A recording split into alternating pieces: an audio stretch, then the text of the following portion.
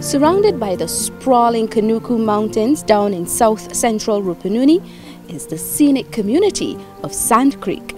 The Region 9 community is considered the largest indigenous community in South Rupununi with approximately 1,600 residents. The indigenous people mix modern conveniences with their traditional way of life.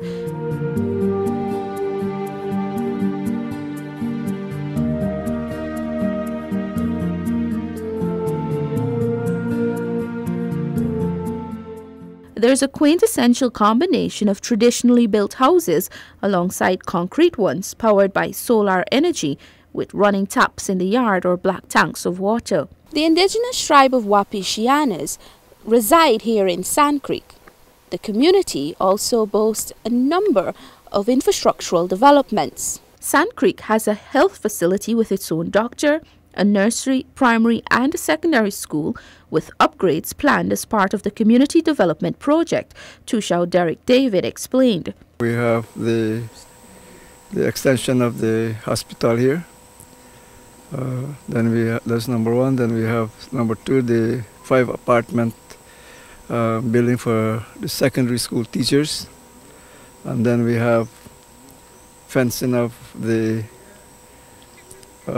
secondary school. That is another one. Then we have rehabilitation of the agriculture building. This was completed not so long ago. Residents of Sand Creek engage in traditional agriculture and animal farming to sustain themselves. The rehabilitation of their agricultural building is important to ensuring the success of crops and animals. We had a small one there before. We had the agriculture field assistant there, but now extension and office there is to have a veterinary officer. We have, you can see around there, we have a lot of cattle here, sheep, we have horses, we have pigs, a lot of livestock. So we need to have both the crop field officer and the vet in this village to have a proper breeding purposes in this village. While the residents are pleased with the number of developments over the years, the Tushao said there is still more to come. What I would like to see more here is more streets developed in the community. Yeah, because we only have one street here. We need to have more streets in the community and more housing, better housings. Better housing. Yeah. And so these are things you're working on? Yeah, because right now we are waiting on the Ministry of Housing because there is a project, I think, from the IDB that is going to help the communities in housing. We are waiting for that project to come along. Dorothy Faria, a resident, is particularly pleased that the community has its own secondary school. You know, the youths finished, they write in those days was common entrance. And if you made the marks, you went to Georgetown. If not, you stayed here. Now, since we have the secondary school here, whether you make the marks or not, the children are going to secondary school, which I am proud about. Whether you make it or not, you have the secondary education. The former teacher turned livestock farmer said she would like to see people give back to their community as it continues its developmental agenda. I would like to see the youths developing themselves, going and educate themselves, and come back as teachers, come back as doctors, as medics and CHWs. Faria's wish has already come true. Tina Pugsley is a resident of Sand Creek who is giving back to her community by teaching at the secondary school. I didn't think that I liked teaching before. I never thought of it as a career. However, I volunteered first because I saw the need within the community and lack of resources, of course. So with whatever knowledge that I would have gained here in Georgetown, so I wanted to share back, you know, because I know some are they're deprived of a lot of things, particularly education.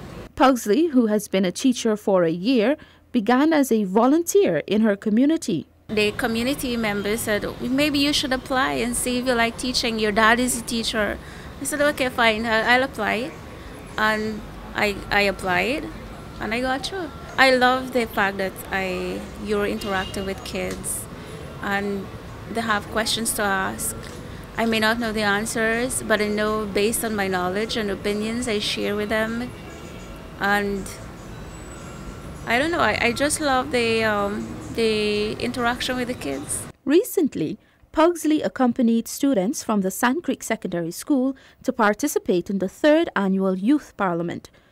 Student and resident of Sand Creek, Ralisa Andrews, said participating in the sitting was an interesting experience. It will improve on my good leadership.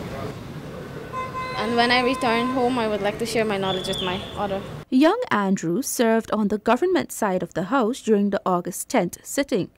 She served as the Minister of State and argued in favor of capping the number of subjects a student writes at the CSEC examinations. Now, Mr. Speaker, I would want to believe that the educations who implemented such a system were not mad, but it is because they were perhaps foresee that sometime along the line, students will feel the need to want to write all the subjects as they are currently doing. Equally important as education is the preservation of their culture in Sand Creek. Paul Atkinson bemoaned the lack of interest by young people in speaking their indigenous dialect. Most of the kids today, I mean, they're like they can't remember the dialect most. We talk to them and option they'll answer you back in English, So it's a little sad about that. However, Atkinson is optimistic that this will change. I think when they get bigger, they will be more.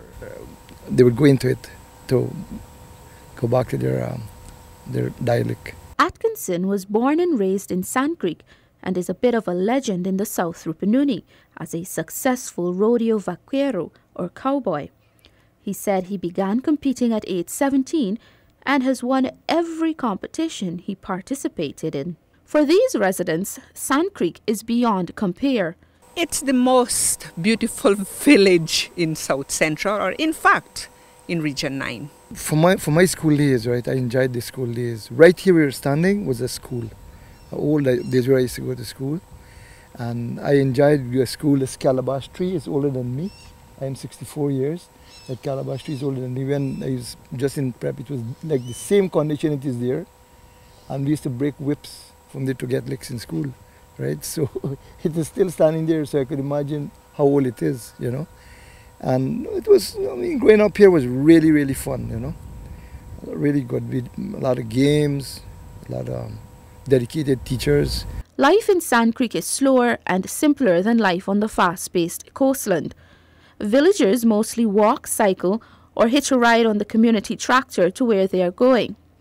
However, there are a few residents with vehicles, mostly pickup, since the community can be accessed by road from Lethem. The road is intermittently shared with herds of cattle, sheep, or horses on their way to graze in the open savannas, as piglets and chickens roam free in yards. Stunning sunsets blaze on open fields where a friendly game of football among the community youths usually ends the day.